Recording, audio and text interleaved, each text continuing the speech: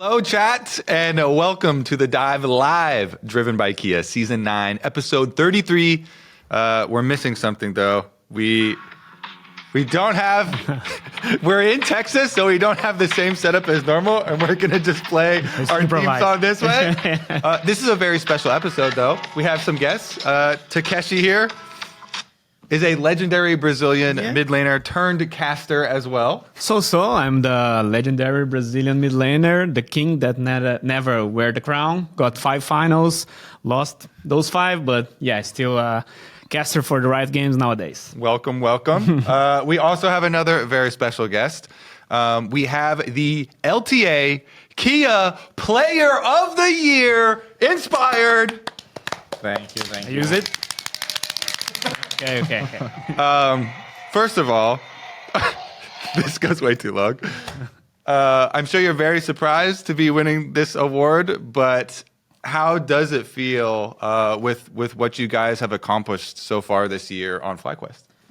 I mean, feels good. Feels like I did get recognized for the work I did. I don't think it was any special year for me because I feel like every single year I've been playing Pro League. I always tried my best, and I feel like I always did pretty good. I think this year there was just not many people that you could contest for that because some people had the off split there and here. Yeah. And I feel like I was just very stable throughout the whole year. I had quite a lot of good moments. I think not really a single bad moment. So yeah, I'm happy about the reward, but I don't think it's anything special. What about your entire journey so far on FlyQuest then? Because you've been on this team for 2 years now, and you guys have built up a lot of synergy together. People are always talking about, how much you're like teaching Bucio and talking with the rest of the team, both in game but also out of game. What about your journey so far, this 2-year journey on FlyQuest? How has that been? I mean, the beginnings were a bit rough because, bot lane was very new to the game, and we also started out with Jensen, which had very not different, but very old school ideas, I guess, of playing. He was used to playing the old NA way, which was kind of slow down the game and just see what happens, and I think that didn't really fit at the beginning with me and Buipo. And basically everything started to improve quite fast once our bot lane gained some experience. And I think losing our first split in 2024 in spring gave us a lot of experience, especially the bot lane. And then also Quad coming in gave us a lot of fresh ideas, or I guess new motivation to play. I think ever since then we just kept getting better and better, and it feels nice to play as a team. It feels like we are actually improving, even though we are playing for 2 years together. What about the coaching staff? Because some coaches that have played with you in the past have also talked about how you will lead reviews and stuff as well. And usually players that do a lot of shot calling or leading in other areas say that it makes it harder for them to focus on their individual play, but that doesn't seem to have been the case for you. There hasn't been a cost to your individual play. I don't know. It just came naturally. Ever since I started playing, I was able to just speak my mind while playing. While I see a lot of teammates of mine, ex-teammates or even current teammates, they will play, but they are not able to voice what they are thinking in the moment or just during the game. A lot of them are just playing. And even though they are good players, they just don't have that ability, I guess, to start speaking what they think. And as I said, for me, it was easy, I guess, from the beginning. So I guess I didn't have to learn that. I was just natural. Yeah, just born this way. Yeah. And talking a bit about coaching staff that Kobe said, I think in Brazil that impressed everyone's that you can play the meta, can play everything that people normally plays, but you had played Nunu in the past year. In this split, I think you have played Tryndamere. Is that a thing about you bringing to the team, or is it about more the coaching staff? Because when you got the Tryndamere pentakill, everyone in Brazil was like, this guy, how can we stop him in the cross conference? And now here you are in you are in the grand finals, and you can play those weird champs, I would say. Yeah, I mean, my coaches are usually against this champ. Really? I usually have to convince them and see why I would pick them.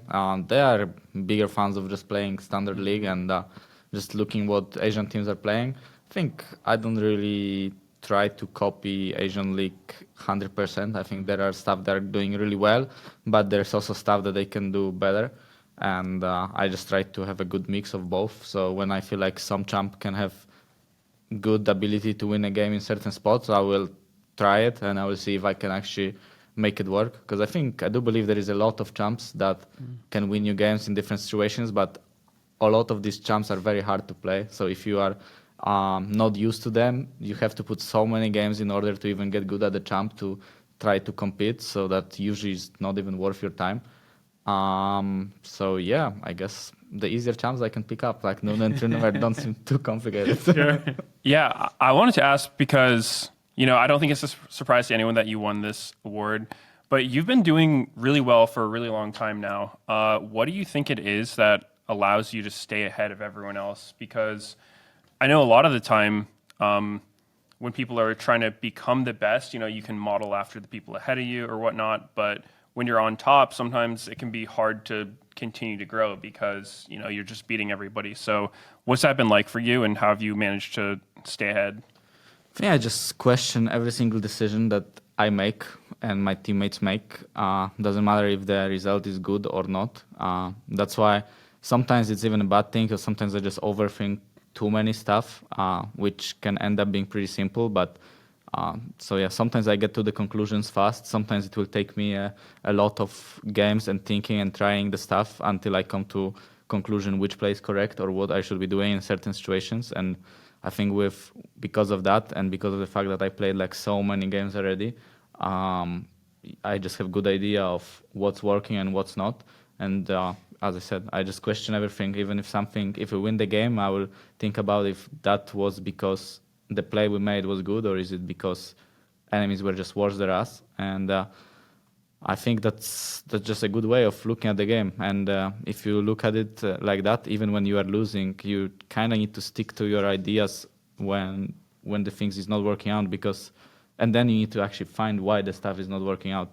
Because I feel like if you will always think that when you lose, you did something wrong, you will be in a bad spot. And also if you win and you will think that everything you did was good because you won, you're also not going to improve too much. I feel like you just have to think about the game like, is this actually good? Can I replicate it consistently or not? So breaking it down step by step rather than being too results based. Yeah. That makes a lot of sense. My other question was about solo queue. I know that, from what I've heard from others, you play a lot of off-roll in solo queue. You don't only play jungle. Yeah, in an A, yeah. Is that because jungling in A is not productive, or do you find that by playing all the roles, it gives you a more whole understanding of the game? I think playing solo queue in an A as a jungler gives you a lot of like fake information, and I feel like you have to not get dragged by the players, because everyone here plays to win their lane. Like they don't really care about team game. It's solo queue after all, so everyone will usually flame the jungler.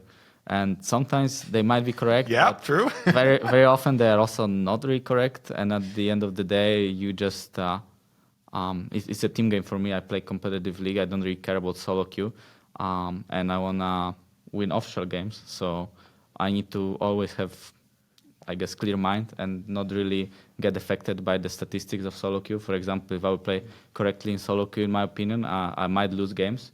And if I play too much, maybe I will start questioning my own decisions. Like, am I actually right with this? Like, it's clearly not working. I just lost like few solo queue games.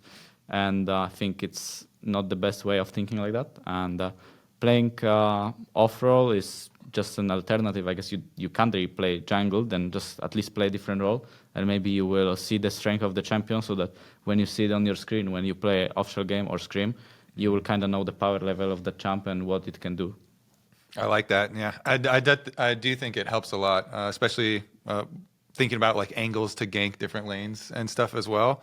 But this award is not just a most valuable player of the year of the North. This is also a most valuable player of the South. Yeah. And Takeshi, I know that you wanted to ask Inspired about talking to Tattoo. Yeah, He's a really. very, very promising jungler in the South. Yeah, like in Brazil, Tattoo was like the rookie of the year, right, for the dire LTA.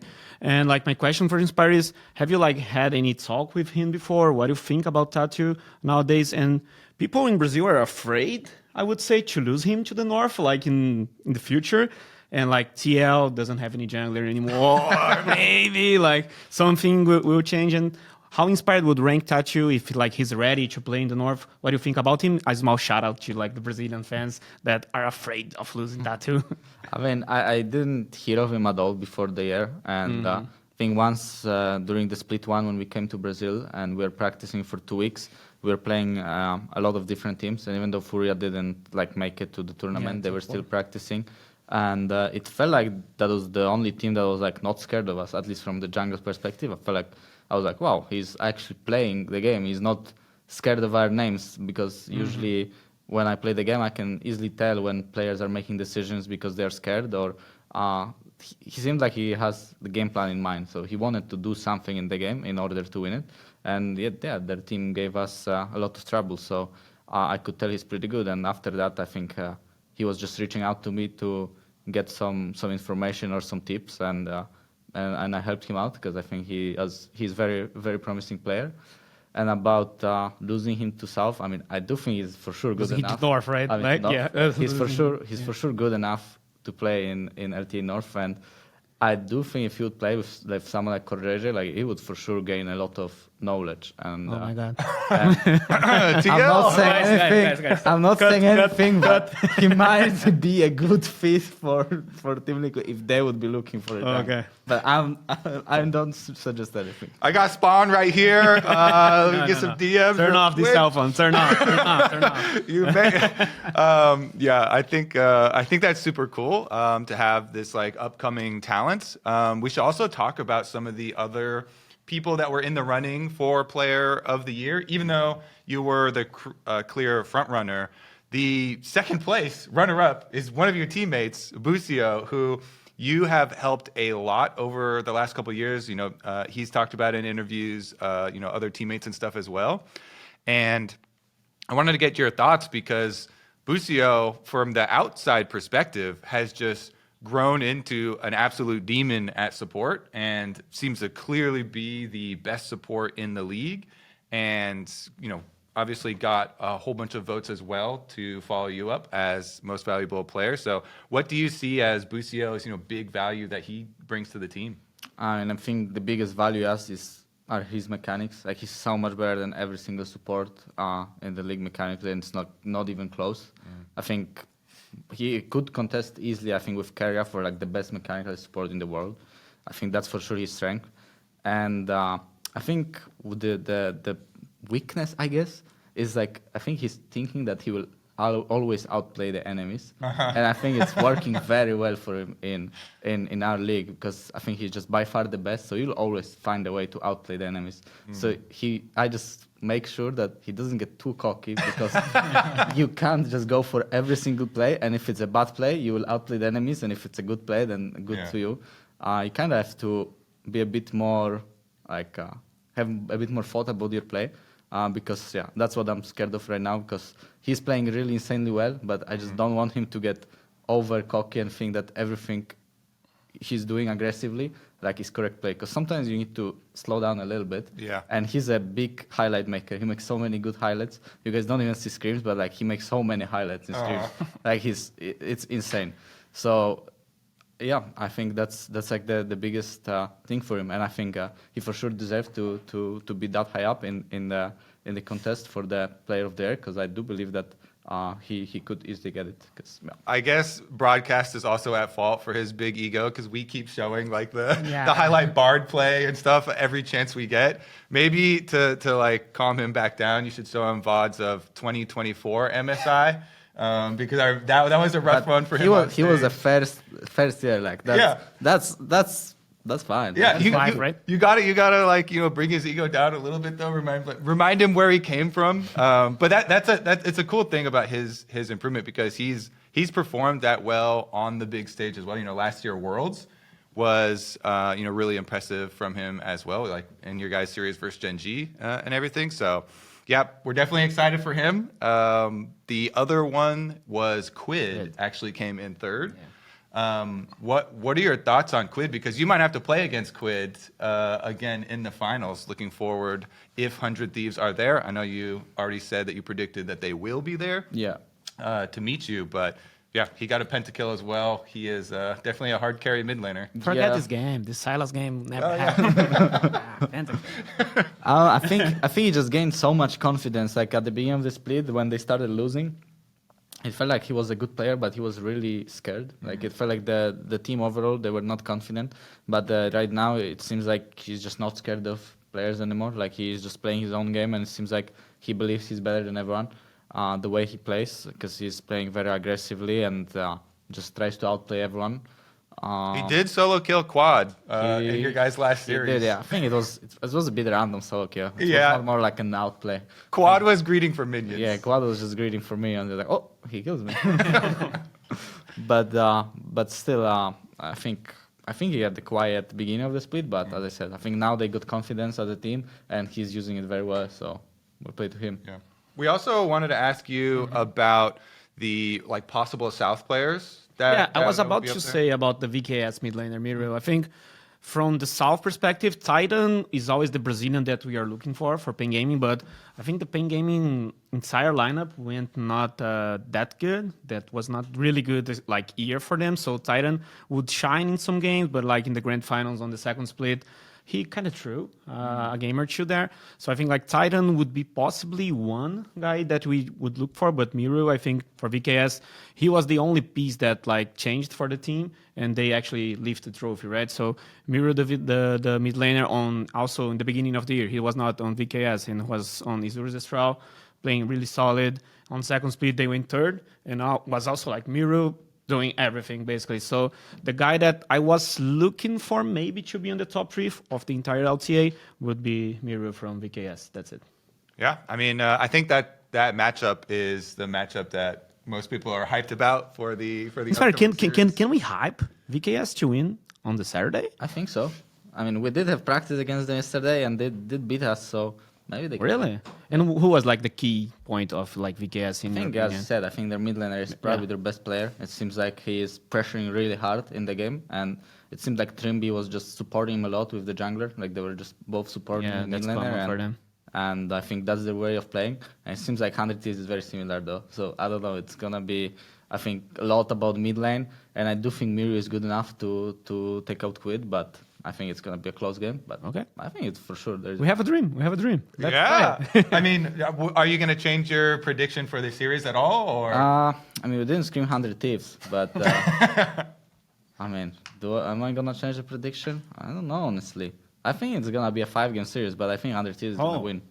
But I think it's gonna be really If we close. lose 3-0, 100 Thieves is going to be 12-0 in the year Yeah. against Brazil. So Yeah, at I least re- I one really- game VKS I has to really win. don't Please. think it's gonna be 3-0. There is just no Oh, way. yeah, Like I think VKS has to choke if they lose 3-0. Like there is no way they are gonna get 3-0. Okay. Yeah. I'm I mean, hyped now. you guys did take out Shopify already, so you the South. Nah, that's not enough. That is not enough. We need to win a single game against 100 Thieves. That's the only thing that I looking Yeah, for. for sure. I definitely did like Trimby's attitude after they lost to you guys. You know, he was like, "All right, that was a wake up call." You know, he was kind of glad that they lost, and it was gonna kind of light a fire under them, and they're gonna play more aggressively. So hopefully they do. It sounds like Inspired did change his prediction a little bit, saying 5 games now, because I think Yeah. last time you were 3-1. Okay, so VKS is on the rise. Yeah, they for sure gave a better impression in scrims Nice. than the game with. Yeah, they were in Brazil. We call them Lion Scream Kings, and they play much better in scrims than on stage. And during the playoffs, the last 3 series, they actually played really better than the entire year. So that's the thing in Brazil. VKS is really better on scrims than on stage. Let's see. Inspired, do you think VKS did you mentioned a few times about confidence when you play against people and sometimes you feel like teams are scared.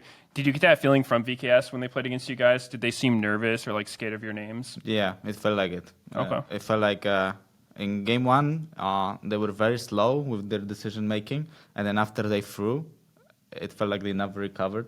Going into game 2 and 3, it felt like they were just they said that they felt scared. I think it's probably just kind of shocking for them playing throughout the whole split, and they never really got contested, and then they come in here, they play first official game, and the game was pretty hard already.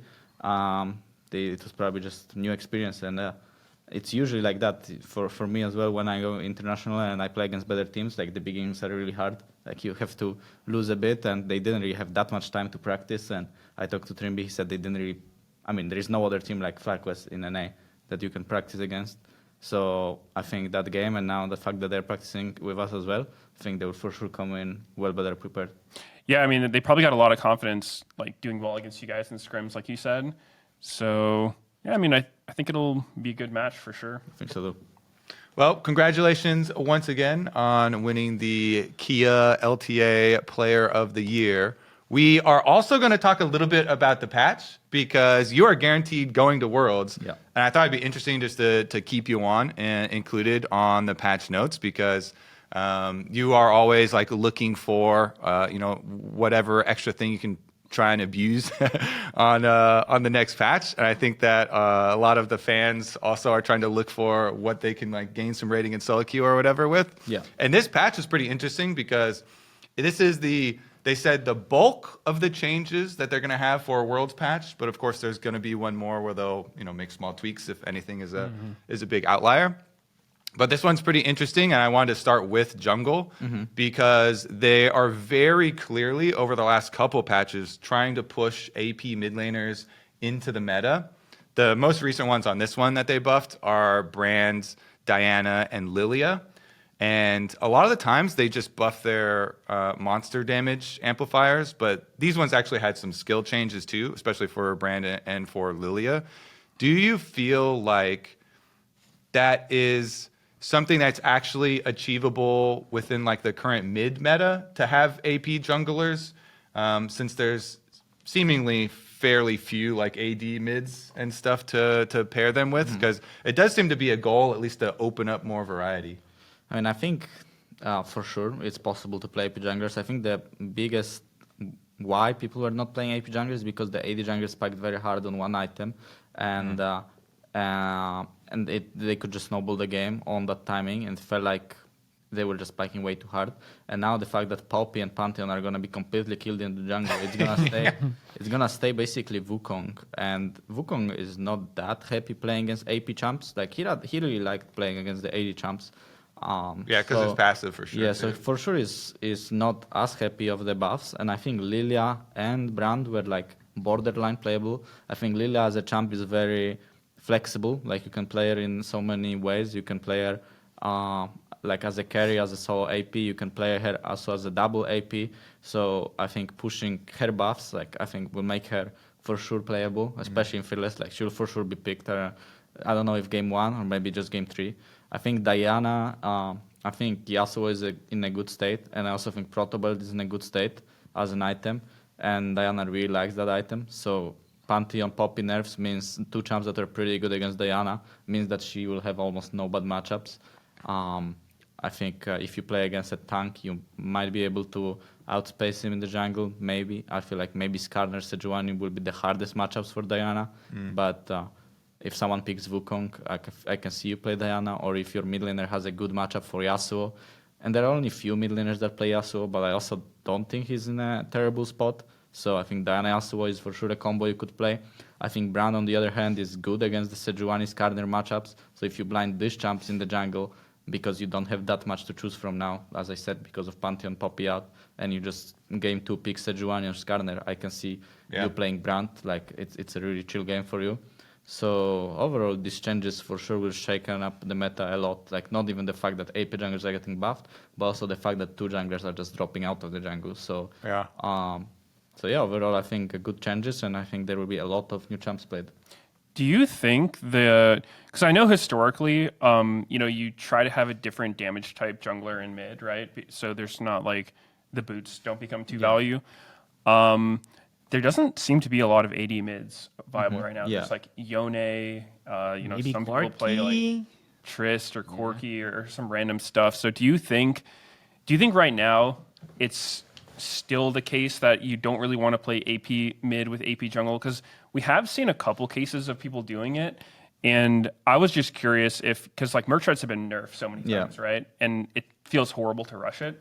Do you think it's still the case that you don't really want to do that, or do you think it's okay to do? I think it's overall double AP gets hard countered by Mercs plus Sundered Sky combo, because I think if you buy Sundered Sky and you still enemy will get a good engage of you on you and kill you, then I think the item is not as OP. But if you play against double AP, you will always be able to proc your item twice, maybe 3 times, because you will proc it on one, the other jump, and then the cooldown will come back up.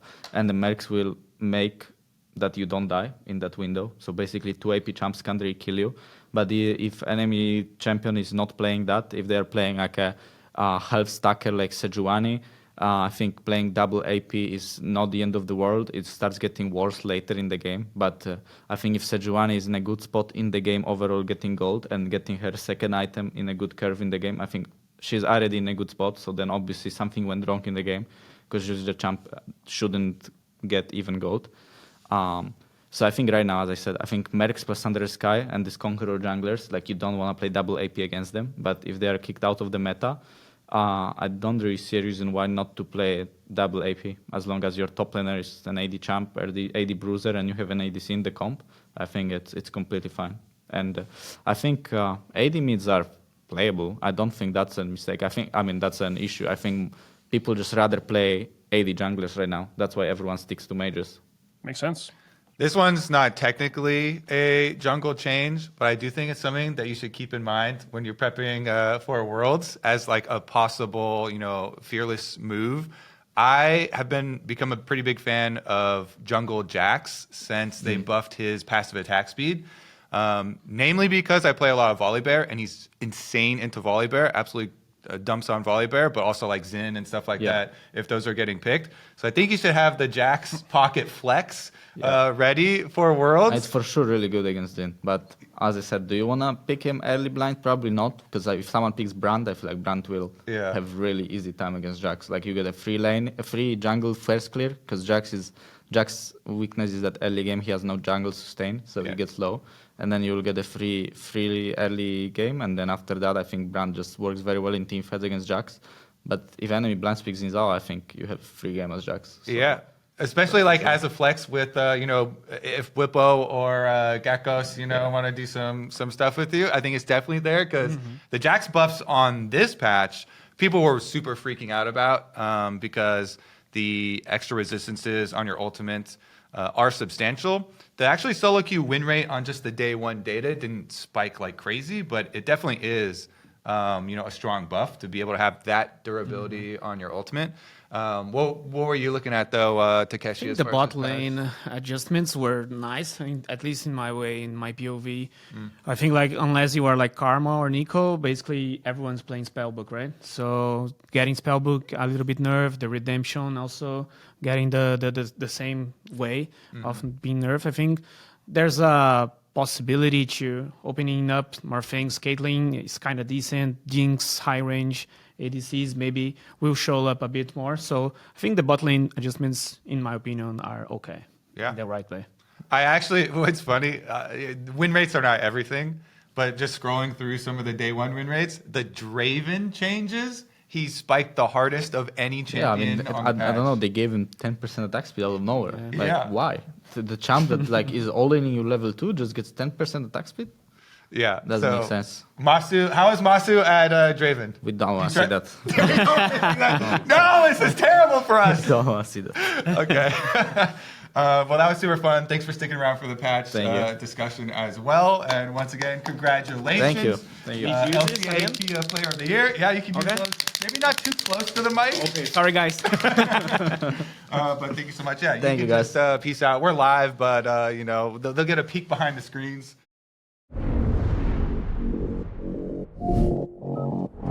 Ready, set, go!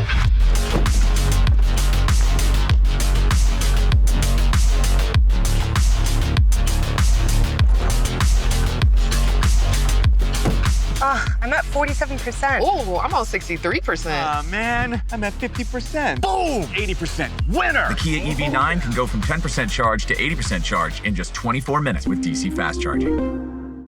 Always good to hear from Inspired. Yeah.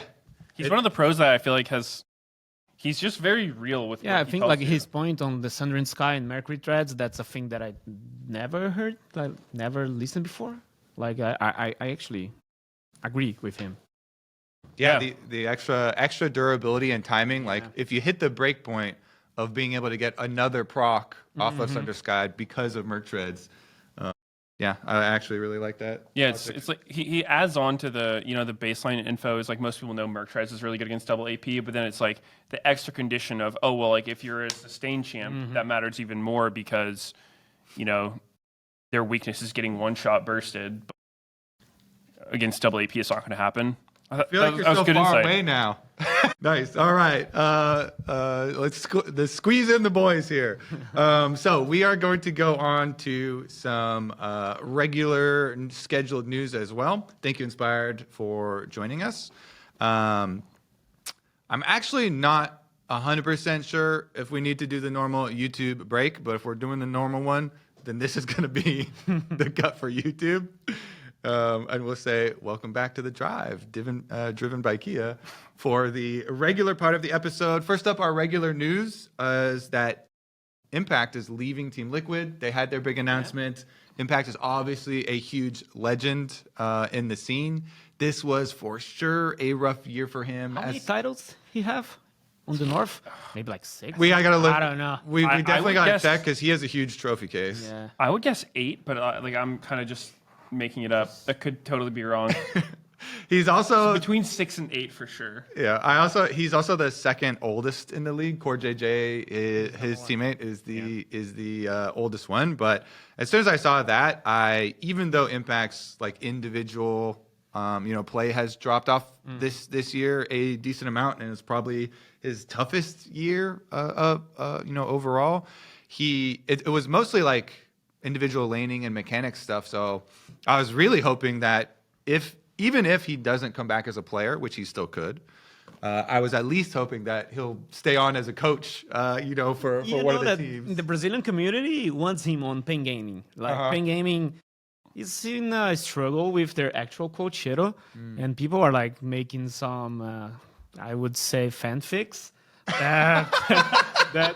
That Impact. That's an interesting way to do a roster move. Okay, sorry. That he could join Pen Gaming. Like everyone is like looking for him, and like you said, his understand of like the game is really, really, really valuable for a team. So you were talking about us stealing Tattoo before. Yeah, we we were want trying to steal Impact. How about a trade? I don't know if you can pay him, to be honest. I think like Impact should be like really expensive for a Brazilian team. True. Yeah, he's definitely been one of the highest paid players for quite a long time. But things are changing, and his last year with like this most recent year, especially this most recent split, was maybe one of the weakest of his whole career. So he made a long post on Twitter. Basically saying he doesn't know what he's going to do next. He's not committing to retiring. He's not committing to playing again. He's just going to see what happens. And he did acknowledge that he feels like he didn't live up to his own standards. And whatever he does next, he wants to make sure he can do it, with his 100%. Because I played with Impact before, and I know he's very much a team player. And so I think his individual performance, was kind of indicative of how TL was doing as a whole. Question, like, do you think the meta's going to like Aurora top, Gwen, that like affects him a lot, like those mechanical stuffs, or not really? I wouldn't say so, because I know there is always the narrative of Impact, doesn't play carries or whatnot. And I think there's, some credibility to that, and that he doesn't have his best games on carries, but I've played with him. I know he can play those champions. Sure. I think it more comes down to the way he likes to play as a player, where a lot of times when you're on Aurora or Gwen, those type of champs, you really need to put yourself above the team. Like, prioritize getting as many resources as possible. Like, play your lane extremely volatile and then pull people to you to, like, make you win it. Where I think by Impact's nature, he's, like, the exact opposite player of that. He's the kind of guy who's, like, I want to give as much as I can to the rest of my team and ask for as little as possible, which, by most cases makes you a really good team player. But when you have to play those champions, it's not always the best. So I feel like you kind of need a team that will support you and kind of like force feed you in a way. Be like, no, stop, dude. Like, stop playing for us. Like, you just take all the resources, that kind of stuff.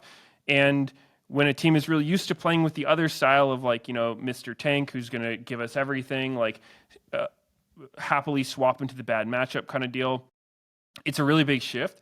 And so to me, that has always been more of an indicator of why the carry games don't go well for Impact. I think it's just like his nature as a player and the way that he fits into the teams that he's been on.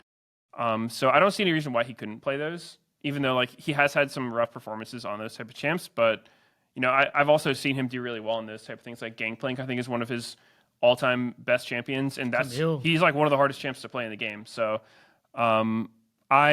I'm not a huge believer in the like he can't play carry narrative. Sure. Yeah, his coach Spawn actually talked about their struggles pretty directly this year too, and specifically just the first like 8 minutes of the game was their focus for the last like 5 months even.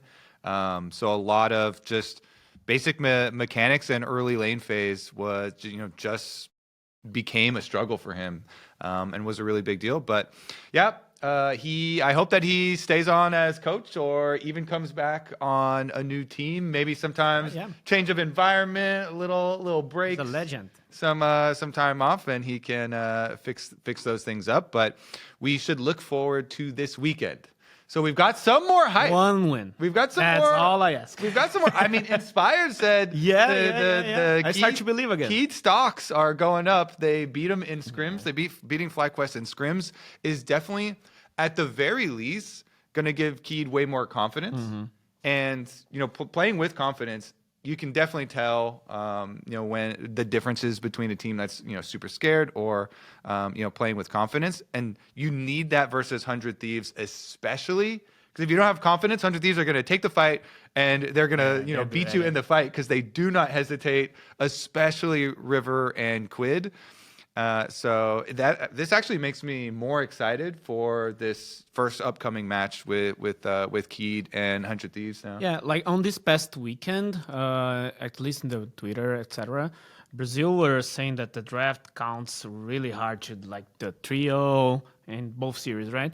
And from what I remember, I think like the draft two from VKS against FlyQuest, the Renata pick of Trimby, I really disagree on that. Like putting Miru on a Galio that you need to like take the pressure to a side lane. I think like giving Miru like a Rise, Oriana, things that he can make his place, not like depending on the team, I think would be like the best. For VKS, I think like the drafts really were not on point, at least from our community perspective. Let's see if they change for this next week. Yeah, I'm definitely excited to see it because I know I haven't seen a ton of LTA South matches, but I know that Vivo Kid was super dominant, especially in their playoffs. Yeah, only on playoffs actually. Okay. Only on playoffs. So only playoffs. Yeah. And even when I was watching them versus FlyQuest, like it's funny because if you look at game one, it was like a 15-0. It looked like a complete blowout, but in the game itself, it felt like Vivo Kid was still very active, especially the first in the 15 minutes. Yeah, I mean they were trading really well. Yeah, they were going for a lot of plays, and I think on both sides, like there were a lot of like small skirmishes happening where everyone was getting out with super low HP, and so to me, it definitely didn't feel like Vivo Kid was just completely rolled over. Like by the end, the score looked very one-sided, but it still felt like a really competitive game. And then I think, like Inspired mentioned, maybe they just like kind of got shook from that because they went for a lot of stuff and it just wasn't working. And so then kind of even what he was saying about being results oriented, you start feeling like everything you're doing is not working. And then rather than trying to like get down to the root cause of it, you just start being like, okay, we got to do something else because what we're doing is not working. And then that's kind of like how tilt manifests and you just start looking worse and worse. Yeah, I mean, I at the very least, I think that they like have a good new direction as far as their confidence and making those plays with what we've heard from both Trimby as well as the new more recent results. As far as like the matchups in this series, of course, everyone is probably going to be most excited for mid lane. You're talking about Miru probably is the best player in the South. In the South, or at the very least one of the very best and the best mid laner. Quid is just peaking right now as far as hype off of his pentakill and off of so many hard carry games, 400 Thieves. So I think this mid lane matchup goes without saying that it's going to be, insane, especially because Quid won our first team All Pro voting very narrowly over Quad. And Miro, of course, won the first team All Pro in South. So that's just cool to have the two first team mid laners playing against each other. But another matchup I thought was super interesting for different reasons was the top lane matchup, because Boal, we had him on our podcast in the North with the pros, and he was talking about how much it meant to him to be on this team, having been basically retired for like 2 years before joining Keed, for him to be playing versus Dokla, whose story is kind of similar, where Dokla had no team as well, and then gets into this coaching role on 100 Thieves, and then actually takes a sniper spot eventually, and they have this like big spike in split number 3. I think it's pretty cool because it seems like both these two top laners really appreciate where they are right now at finals weekend in Texas. Yeah, like a phoenix, like for both of them, right? Like Bo in 2019, I think, like he started to play in the pro scene, and he was like a guy like Gakus. He's playing like in this last weekend, like playing Irelia, Fiora, those stuffs. But then exactly, he basically retired for 1 year and 1.5 years, and then he bounced back right now with this VKS lineup. And I think like the coaching staff worked really well around him to develop as a player.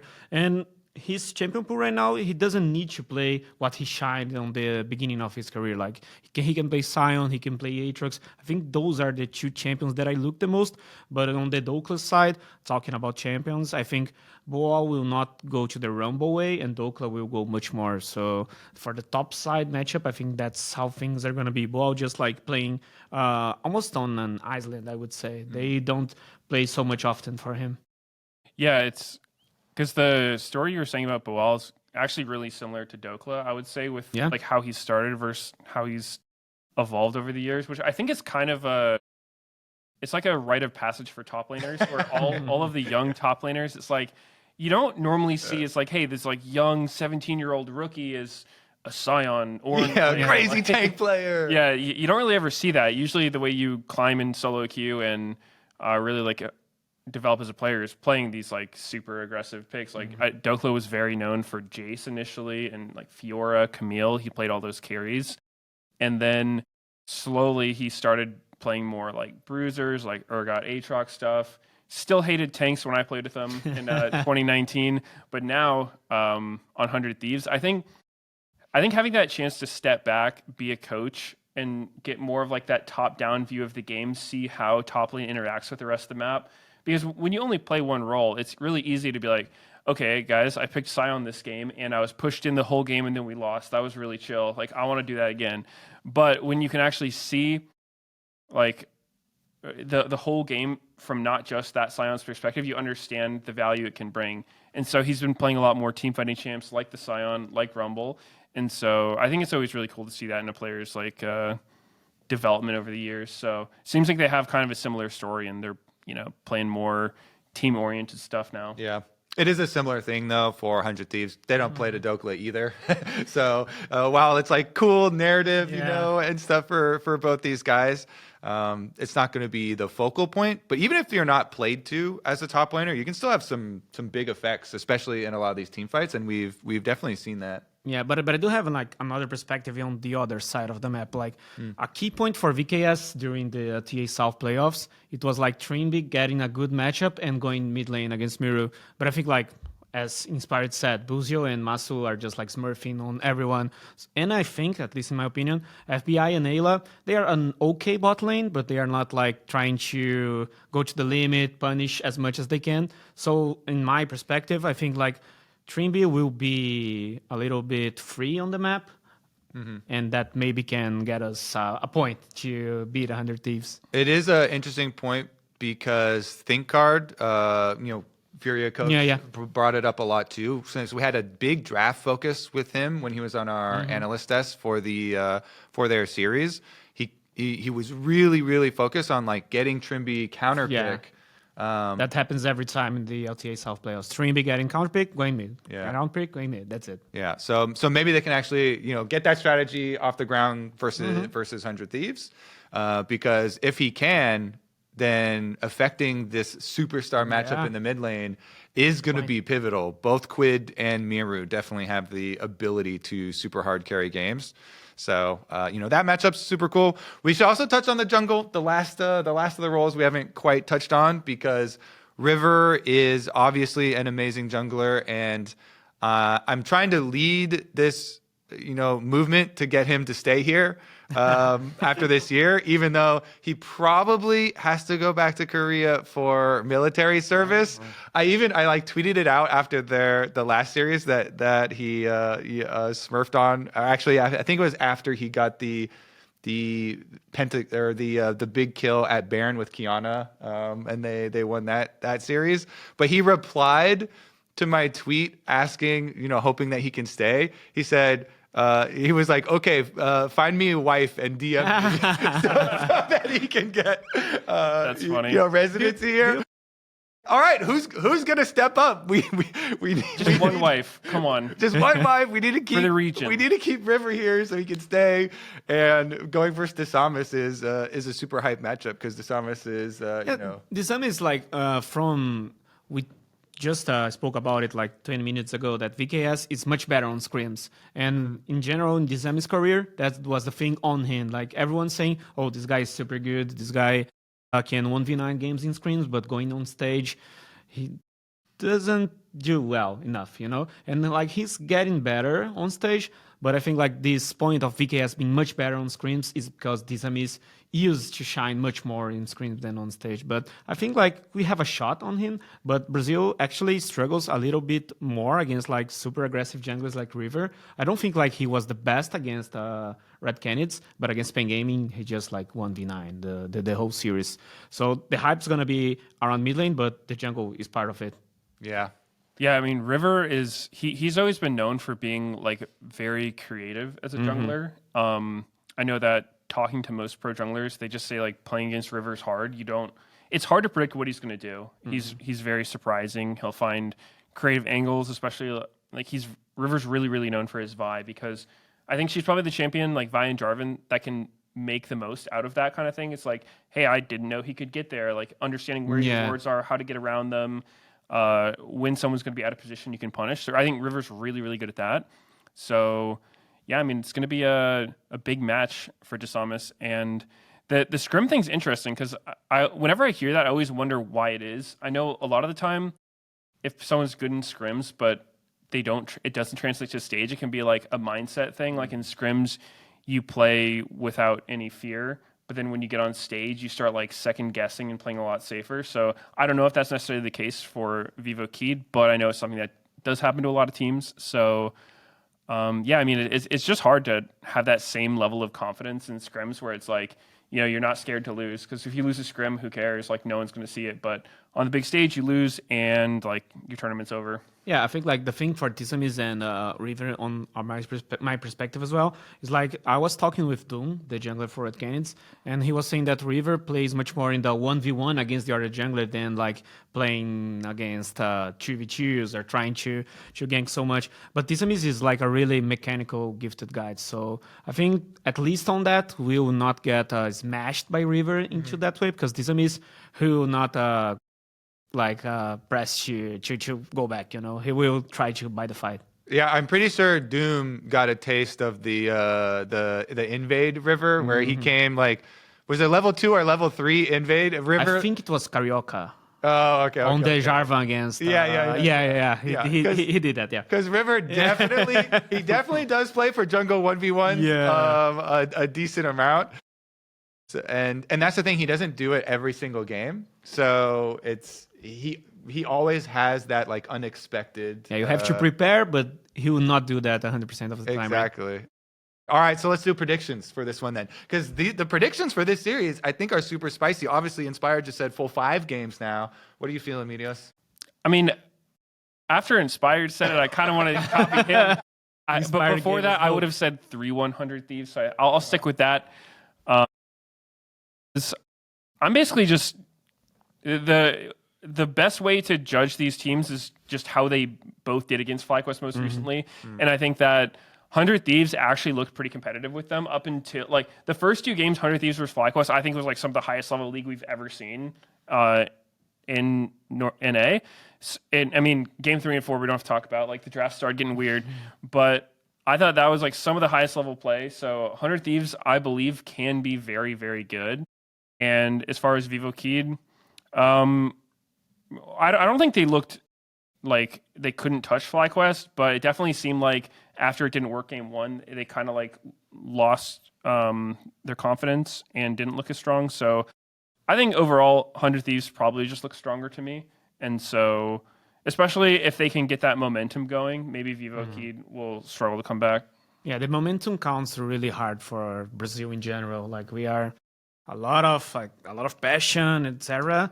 So game 1 will count, but I have to go with my guys. Like I have to go at 3-2 VKS. I know 100 Thieves is probably like the best team between those two if you look at pure game, but I have to trust. And I think this Trimby thing that they don't get smashed on the bot lane as Buzio and Masu could do well against them. I think Trimby can go into the mid lane and get Miru going. I think VKS can win 3-2, and we have a grand final with South and North. Nice. Yeah, that would be fun for the narratives.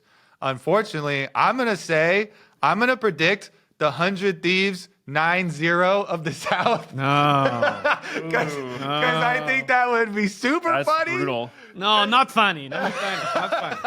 Because 100 Thieves already 3-0'd Pain. They already 3-0'd Red. So I'm going to go with the 100 Thieves 3-0. And you know what? If you go back at split 1, they also beat Pain 3-0. So it could be like 12-0 against Brazilian teams. That cannot happen. True. But yeah, I mean, the matchup I think should be super close. So even if it actually ended up being another 3-0, it would probably be the games are actually close. Yeah. Some 3-0s are not like other 3-0s.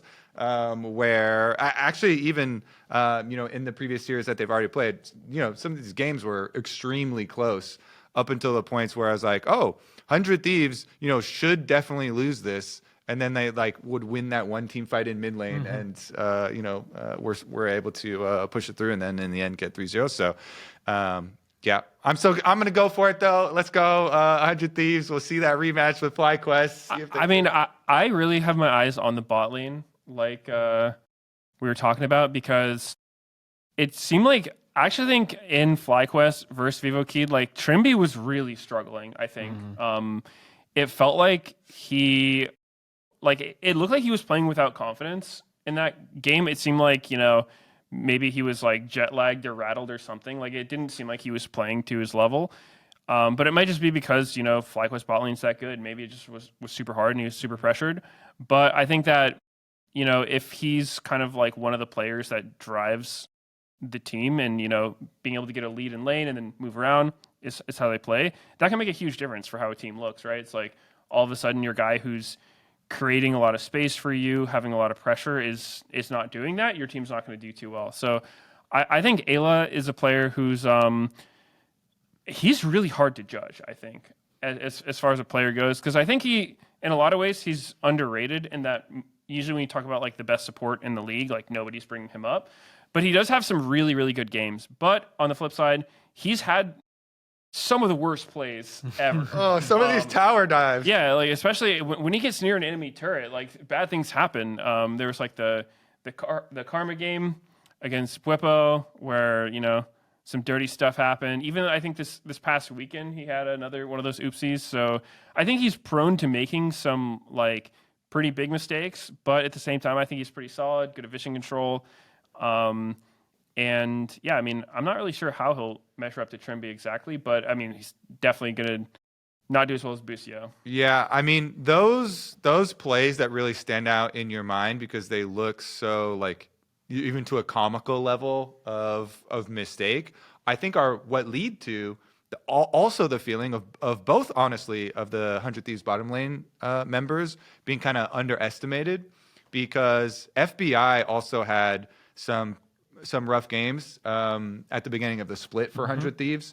He had another play where kind of like the Karma one, where everyone can just clearly picture Ayla just dying under tower and Whippo getting a couple kills. A lot of people can also clearly picture the play where FBI was like Lucian ult channeling, off in the, hitting nobody and like didn't cancel it or whatever, or there's like people on him. And so it's like some of these big plays that really stick in your mind. But since then, I feel like FBI has super stepped up. ThinkCard also, when we had him on, that was something he really, heavily believed in and was pushing. And I definitely agree. Like FBI has had some really big monster performances as well for the team. So this bottom lane, they can make some blooper plays, but they also, to your point, I think overall have been really, really good, and both of them have improved quite a lot. I think it's definitely a big part of why 100 Thieves are where they are now and on this like miracle run that they've had, because the beginning of the split was quite bad for the team, and then when they got in Dokla, of course, everything started to change for them. So that's definitely going to be a super fun series, and we have all split predictions on that series. And depending on that series, we can also kind of project on the possible finals matchups here. And talk about FlyQuest a little bit, regardless of which opponent they are going to get up there. I mean, obviously they both beat. They are the favorites. Yeah, they beat both these teams. They are the favorites. They have not only the most valuable player of the year for both leagues in Inspired, but also the second most valuable player. And I think, like, if you look only for the third split, I would say that Buzio even played better than Inspired. I think the whole year, Inspired was the best, but only looking for the third split, I think Buzio is shining the most. So FlyQuest against VKS, I think that's going to be a 3-0 again. This bot lane diff will be a problem.